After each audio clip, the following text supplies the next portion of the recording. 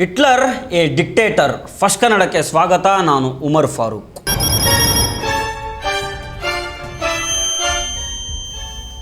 ಒಂದು ಪುಟ್ಟ ಕಥೆಯಿಂದ ಇವತ್ತಿನ ಮಾತುಕತೆಯನ್ನು ಶುರು ಮಾಡೋಣ. ಅದು ಜರ್ಮನಿ ದೇಶ. ಅಲ್ಲಿ ಹಿಟ್ಲರ್ನ ಭೀಕರ ಆಡಳಿತ ನಡೀತಾ ಇತ್ತು. ಒಂದು ದಿನ ರಾತ್ರಿ ಒಬ್ಬ ಪತ್ರಕರ್ತನ ಮನೆಗೆ ಪೊಲೀಸರು ದಿಢೀರಂತ ನುಗ್ಗಿಬಿಡ್ತಾರೆ. ಆ ಪತ್ರಕರ್ತನನ್ನು ಎಳೆದಾಡಿ ಹೊಡೆದು ಅರೆಸ್ಟ್ ಮಾಡಿ ತಗೊಂಡೋಗೋಕ್ಕೆ ರೆಡಿ ಆಗ್ತಾರೆ. ಅಲ್ಲೇ ನಿಂತ್ಕೊಂಡಿದ್ದ ಆ ಪತ್ರಕರ್ತನ ಪುಟ್ಟ ಮಗು ಕಣ್ಣೀರಾಗ್ತಾ ಅಪ್ಪನ ಹತ್ರ ಕೇಳ್ತದೆ, ಅಪ್ಪ ನೀನೇನು ತಪ್ಪು ಮಾಡಿದೆ ಅಂತ ಇವರು ನಿನ್ನನ್ನು ಹೀಗೆ ಹೊಡ್ಕೊಂಡು ಕರ್ಕೊಂಡು ಹೋಗ್ತಾ ಇದ್ದಾರೆ ಅಂತ. ಅದಕ್ಕೆ ಅಪ್ಪ ಹೇಳ್ತಾನೆ, ನಾನು ಹಿಟ್ಲರ್ ವಿರುದ್ಧ, ಅವನ ಆಡಳಿತದ ವಿರುದ್ಧ, ಅವನ ತಪ್ಪಿನ ವಿರುದ್ಧ ಒಂದು ಅಂಕಣವನ್ನು ಬರೆದಿದ್ದೆ ಅಂತ. ಆಗ ಆ ಮಗು ಮುಗ್ಧವಾಗಿ ಕೇಳ್ತದೆ, ಅಯ್ಯೋ ಇಷ್ಟೇನಾ? ಅವನು ನಿನ್ನ ವಿರುದ್ಧ ಬರೀಲಿ ಬಿಡು ಅಪ್ಪ, ಬರೆಯೋ ಕೇಳು ಅವನಿಗೆ, ಅದಕ್ಕೆ ಯಾಕೆ ಅವನು ಪೊಲೀಸರನ್ನು ಕಳಿಸ್ಬೇಕು ಅಂತ ಮಗು ಕೇಳ್ತದೆ. ಅದಕ್ಕೆ ಆ ಅಪ್ಪ ನಕ್ಕು ಹೇಳ್ತಾನೆ, ಮಗು ಅವನಿಗೆ ಬರೆಯೋದಕ್ಕೆ ಬಂದಿದ್ದರೆ ತಾನೇ ಅವನು ಬರಿತಾ ಇದ್ದ, ಬರೆಯೋಕೆ ಬಾರದೇನೆ ಇರೋದ್ರಿಂದಾನೆ, ಅವನ ಹತ್ರ ಉತ್ತರ ಇಲ್ಲದೆ ಇರೋದ್ರಿಂದಾನೆ ಪೊಲೀಸರನ್ನು ಕಳಿಸಿ ಬೆದರಿಸ್ತಾ ಇದ್ದಾನೆ ಅಂತ ಆ ಪತ್ರಕರ್ತ ತನ್ನ ಪುಟ್ಟ ಮಗನಿಗೆ ಹೇಳ್ತಾನೆ. ಖಂಡಿತ ಇಲ್ಲಿ ಯೋಚನೆ ಮಾಡಿ ನೋಡಿ, ಇವತ್ತು ನಮಗೆ ಈ ಕತೆ ಬರೀ ಇತಿಹಾಸದ ಜರ್ಮನಿಯ ಕತೆ ಅಂತ ಅನ್ನಿಸ್ತಾ ಇದೆಯಾ, ಅಥವಾ ನಮ್ಮ ಕಣ್ಮುಂದೆ ದಿನ ಬೆಳಗಾದರೆ ನಡೀತಿರೋ ಘಟನೆಗಳ ಥರ ಅನ್ನಿಸ್ತಾ ಇದೆಯಾ? ಆಡಳಿತ ನಡೆಸೋರ ಹತ್ರ ಪ್ರಶ್ನೆಗೆ ಉತ್ತರ ಇಲ್ಲ ಅಂದಾಗ ಅವರು ಮಾಡೋ ಮೊದಲ ಕೆಲಸನೇ ಧ್ವನಿ ಅಡಗಿಸೋದು. ಬರವಣಿಗೆಯಿಂದ ಉತ್ತರ ಕೊಡೋಕೆ ಆಗದಿರೋರು ಅಧಿಕಾರ ಬಳಸಿ ಜೈಲಿಗೆ ಹಾಕ್ತಾರೆ.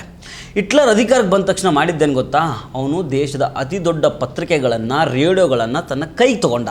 ಅದಕ್ಕೋಸ್ಕರ ಒಬ್ಬ ಸಚಿವರನ್ನು ಕೂಡ ಇಟ್ಟಿದ್ದ, ಜೋಸೆಫ್ ಗೋಬಲ್ಸ್ ಅವನ ಹೆಸರು. ಅವನ ಕೆಲಸ ಒಂದೇ, ದಿನ ಇಡೀ ಹಿಟ್ಲರ್ ಎಷ್ಟು ಶ್ರೇಷ್ಠ, ಹಿಟ್ಲರ್ ಜರ್ಮನಿಯನ್ನು ಹೇಗೆ ಕಾಪಾಡ್ತಾ ಇದ್ದಾನೆ ಅಂತ ಬರೀ ಹಸಿ ಸುಳ್ಳುಗಳನ್ನ ಸತ್ಯ ಅಂತ ನಂಬಿಸೋದು.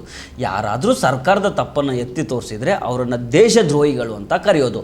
ಸಾಮಾನ್ಯ ಜನರಿಗೆ ನಿಜವಾದ ಮಾಹಿತಿ ಸಿಗದಂತೆ ಪತ್ರಿಕೆಗಳ ಮೇಲೆ ಕಣ್ಣಿಡೋದು. ಇವತ್ತಿನ ಕಾಲದಲ್ಲೂ ಒಮ್ಮೆ ಕಣ್ಣು ಹಾಯಿಸಿ ನೋಡಿ ನೀವು.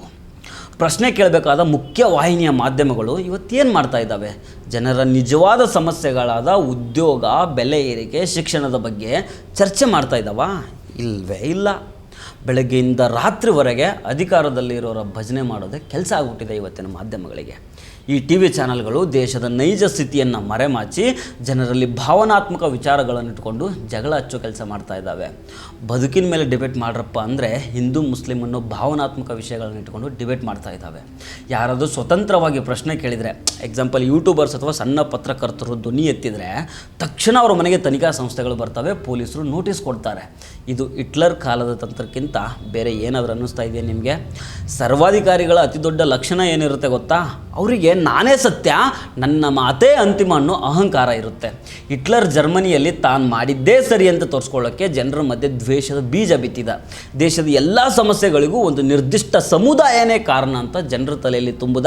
ಆ ಸಮುದಾಯವನ್ನು ಜನರು ನಿರಂತರವಾಗಿ ದ್ವೇಷ ಮಾಡೋ ರೀತಿ ಅವರ ತಲೆಯಲ್ಲಿ ಇಂಜೆಕ್ಟ್ ಮಾಡ್ದ. ದೇಶ ಅಪಾಯದಲ್ಲಿದೆ, ನಾನು ಮಾತ್ರ ನಿಮ್ಮನ್ನು ಕಾಪಾಡೋದಕ್ಕೆ ಸಾಧ್ಯ ಅಂತ ದಿನ ಹಗಲುಗನಸು ತೋರಿಸ್ದ. ಜನ ಕೂಡ ಆ ಭಾವನಾತ್ಮಕ ಮಾತಿಗೆ ಮರುಳಾಗಿ ತಮ್ಮ ಹಕ್ಕುಗಳನ್ನು ಕಳೆದುಕೊಳ್ತಾ ಇದ್ದೀವಿ ಅನ್ನೋದನ್ನೇ ಮರೆತುಬಿಟ್ರು. ಇವತ್ತಿನ ವಾತಾವರಣ ನೋಡಿ, ನಾವು ಪ್ರತಿದಿನ ಎದುರಿಸ್ತಾ ಇರೋ ನಿಜವಾದ ಸಮಸ್ಯೆಗಳೇನು? ಯುವಕರಿಗೆ ಕೆಲಸ ಸಿಗ್ತಾ ಇಲ್ಲ, ದಿನ ಬಳಕೆ ವಸ್ತುಗಳ ಬೆಲೆ ದಿನದಿಂದ ದಿನಕ್ಕೆ ಗಗನಕ್ಕೆ ಏರ್ತಾ ಇದೆ. ಬಡವ ಇನ್ನಷ್ಟು ಬಡವನಾಗ್ತಾ ಇದ್ದಾನೆ. ಮಧ್ಯಮ ವರ್ಗದವರಂತೂ ಹೇಳ್ಕೊಳ್ಳದೇ ಇರೋ ರೀತಿ ಸಂಕಷ್ಟಕ್ಕೆ ಸಿಕ್ಕಾಕೊಂಡಿದ್ದಾರೆ.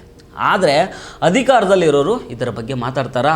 ಪ್ರಶ್ನೆ ಕೇಳಿದರೆ ದೇಶದ ಗಮನ ಬೇರೆಡೆ ತಿರುಗಿಸೋದಕ್ಕೆ ಧರ್ಮ, ಜಾತಿ, ಗಡಿ ವಿಚಾರಗಳನ್ನು ಮುಂದೆ ತಗೊಂಬಂದ್ಬಿಡ್ತಾರೆ.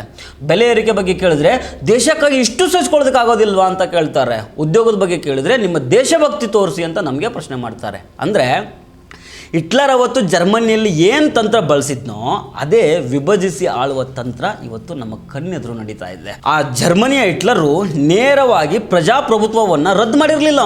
ಅವನೇನು ಮಾಡ್ದ ಅಂತಂದರೆ, ದೇಶದಲ್ಲಿದ್ದ ಕೋರ್ಟ್ಗಳು, ಕಾಯ್ದೆಗಳು, ಪೊಲೀಸ್ ವ್ಯವಸ್ಥೆ ಇವೆಲ್ಲವನ್ನು ತನ್ನ ಆಜ್ಞಾಪಾಲಕರನ್ನಾಗಿ ಮಾಡಿಕೊಂಡ. ಅಂದರೆ ತನ್ನ ಬೂಟ್ ನೆಕ್ಕೋ ರೀತಿ ಮಾಡ್ಕೊಂಡಿದ್ದ.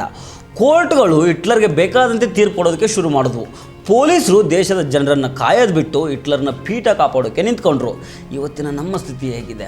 ಯಾರಾದರೂ ಸರ್ಕಾರದ ವಿರುದ್ಧ ಧ್ವನಿ ಎತ್ತಿದರೆ ಯಾವುದೇ ಸಾಕ್ಷಿ ಇಲ್ಲ ಅಂದ್ರೂ ತಿಂಗಳುಗಟ್ಟಲೆ, ವರ್ಷಗಟ್ಟಲೆ ಜೈಲಿನಲ್ಲಿ ಇಡಲಾಗ್ತಾ ಇದೆ.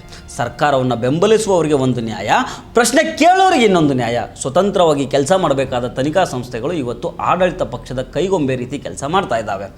ಬರಹಗಾರರು, ಬುದ್ಧಿಜೀವಿಗಳು, ವಿದ್ಯಾರ್ಥಿಗಳು, ರೈತರು, ಹೀಗೆ ಯಾರು ತಮಗೆ ನ್ಯಾಯ ಬೇಕು ಅಂತ ರಸ್ತೆಗಿಳಿತಾರೋ ಅವರನ್ನೆಲ್ಲ ದೇಶ ವಿರೋಧಿಗಳು ಅಂತ ಬ್ರ್ಯಾಂಡ್ ಮಾಡಲಾಗ್ತಾ ಇದೆ. ಬರಹಕ್ಕೆ ಬರಹದಿಂದ, ವಿಚಾರಕ್ಕೆ ವಿಚಾರದಿಂದ ಉತ್ತರಿಸುವ ಧೈರ್ಯ ಇಲ್ಲದಾಗ ಮಾತ್ರ ಇಂತಹ ದಬ್ಬಾಳಿಕೆ ಉಟ್ಕೊಳ್ಳುತ್ತೆ. ಹಿಟ್ಲರ್ ಆಡಳಿತದಲ್ಲಿ ಆ ಪುಟ್ಟ ಮಗು ಅವತ್ತು ಕೇಳಿದ ಪ್ರಶ್ನೆ ಇವತ್ತು ಪ್ರತಿಯೊಬ್ಬ ಪ್ರಜೆಯೂ ಕೇಳಬೇಕಾಗಿದೆ. ಒಂದು ಸರ್ಕಾರಕ್ಕೆ ಅಥವಾ ಒಬ್ಬ ನಾಯಕನಿಗೆ ತನ್ನ ಕೆಲಸದ ಮೇಲೆ ನಂಬಿಕೆ ಇದ್ದರೆ ಅವನು ಪ್ರಶ್ನೆಗಳಿಗೆ ಹೆದರೋದಿಲ್ಲ, ವಿಮರ್ಶೆಗಳನ್ನು ಮುಕ್ತವಾಗಿ ಸ್ವೀಕರಿಸ್ತಾನೆ. ಆದರೆ ಬರೆಯೋ ಕೈಗಳಿಗೆ ಕೋಳ ತೊಡಿಸಿದಾಗ, ಮಾತಾಡೋ ನಾಲಿಗೆಗಳನ್ನು ಬಂದ್ ಮಾಡಿದಾಗ, ಸತ್ಯ ಹೇಳ್ತಿರೋ ಮಾಧ್ಯಮಗಳನ್ನು ಹೆದರಿಸಿದಾಗ ನಾವು ಅರ್ಥ ಮಾಡ್ಕೊಳ್ಬೇಕು, ಅಲ್ಲಿ ಪ್ರಜಾಪ್ರಭುತ್ವ ಸಾಯ್ತಿದೆ, ಸರ್ವಾಧಿಕಾರ ತಲೆ ಎತ್ತಾ ಇದೆ. ಹಿಟ್ಲರ್ ಮೆರೆದಿದ್ದು ಕೆಲವು ವರ್ಷಗಳು ಮಾತ್ರ, ಆದರೆ ಅವನು ದೇಶಕ್ಕೆ ತಂದಿಟ್ಟ ವಿನಾಶ ನೂರಾರು ವರ್ಷಗಳದ್ದು. ಇತಿಹಾಸ ನಮಗೆ ಪಾಠ ಕಲಿಸುತ್ತೆ. ನಾವು ಸಮಯಕ್ಕೆ ಸರಿಯಾಗಿ ಎಚ್ಚೆತ್ತುಕೊಳ್ಳಿಲ್ಲ ಅಂದರೆ ಆ ಪುಟ್ಟ ಮಗುವಿನ ಅಸಹಾಯಕತೆ ನಾಳೆ ನಿಮ್ಮ ಮನೆ ಬಾಗಿಲಿಗೂ ಬರಬಹುದು. ನೆನ್ಪಿಟ್ಕೊಳ್ಳಿ, ಸರ್ವಾಧಿಕಾರಿಯ ಅತಿ ದೊಡ್ಡ ಶಕ್ತಿ ಅವನ ಅಧಿಕಾರ ಅಲ್ಲ, ಜನರ ಮೌನ. ಪ್ರಶ್ನೆ ಕೇಳೋದನ್ನು ನಿಲ್ಲಿಸಬೇಡಿ, ಸತ್ಯದ ಪರವಾಗಿ ಧ್ವನಿ ಎತ್ತೋದನ್ನು ಬಿಡಬೇಡಿ. ಈ ವಿಡಿಯೋ ಬಗ್ಗೆ ನಿಮಗೇನು ಅನಿಸುತ್ತೆ? ನಿಮ್ಮ ಅನಿಸಿಕೆಯನ್ನು ಕಮೆಂಟ್ ಬಾಕ್ಸ್ನಲ್ಲಿ ತಿಳಿಸಿ. ಜಾಗೃತಿ ಮೂಡಿಸೋದಕ್ಕೆ ಈ ವಿಡಿಯೋವನ್ನು ಶೇರ್ ಮಾಡಿ, ನಮ್ಮ ಚಾನಲನ್ನು ಸಬ್ಸ್ಕ್ರೈಬ್ ಮಾಡಿ. ನಮಸ್ಕಾರ.